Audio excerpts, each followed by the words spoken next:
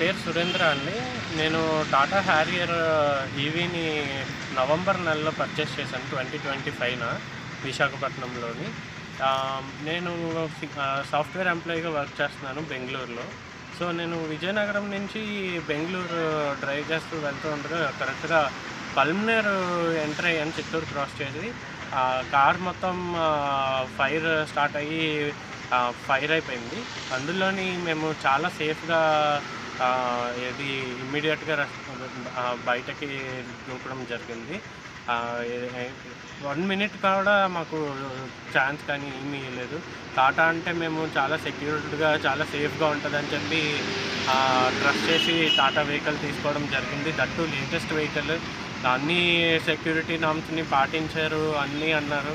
So, మా car అలాగా మొత్తం కంప్లీట్‌గా కాలిపోయేటప్పటికి అసలు ఇంకా లక్కీగా మేము బయటపడ్డాం. అది చాలా దేవుడు మా వైపు ఉన్నాడు. మేము సేవ్ అయ్యాం. మ్యారేజ్ చూసుకొని రావులపాలెంలో స్టే చేసి నెక్స్ట్ 26th రోజు మార్నింగ్ బయలుదేరాము. ఇది 27 మిడ్‌నైట్ అంటే మార్నింగ్ 27 మార్నింగ్ 1:30 AM ఫైర్ అలా పొగలొచ్చి ఫైర్ వచ్చేసింది. తిరుపతిలో 11:20కి మేము ఫుల్ ఛార్జింగ్ పెట్టుకొని బెంగళూరుకి డైరెక్ట్గా వెళ్ళిపోవచ్చు అని చెప్పి వెళ్ళినప్పుడు ఈ మధ్యలో ఇది జరిగింది.